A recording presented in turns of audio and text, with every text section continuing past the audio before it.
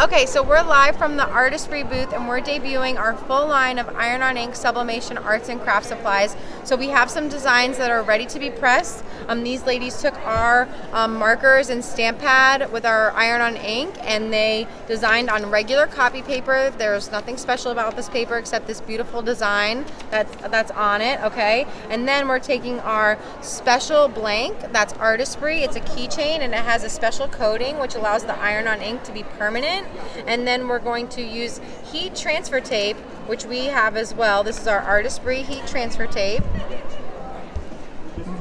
And that is going to keep everything in place while we press. So now we're going to make a sublimation sandwich. This is our protective paper. It's made out of silicone. Silicone has been used by sublimation businesses for years because it traps the dye in the paper as opposed to it going on your project area or your heat plate. So I'm going to put that down first. That's like the bottom bun. Then keychain, and then your design always goes on top. So what's the keychain? Can you explain again? Sure. And then I'm just going to put protective paper on top, and then we're going to press it at 400 degrees for 45 seconds.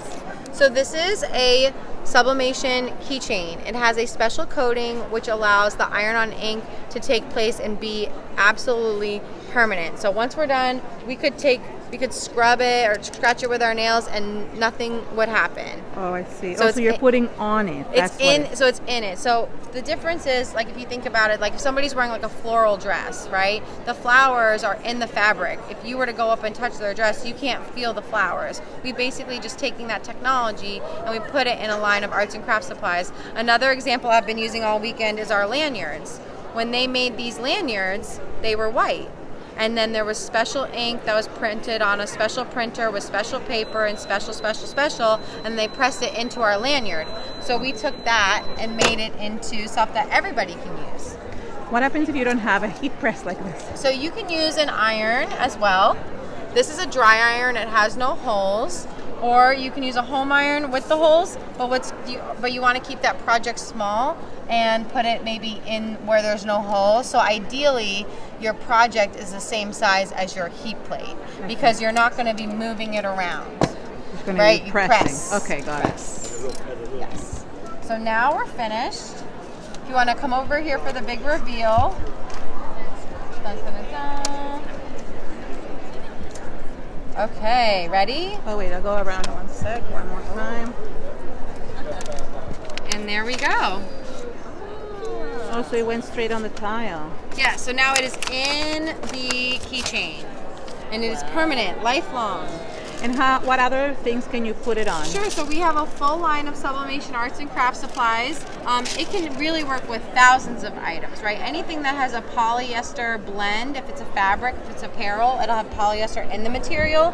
And then anything that's a hard surface like this is going to have a special poly coating, which allows the sublimation iron-on ink process to take place. So clothes too? Yeah, so clothes, yep. So we have poly t-shirts.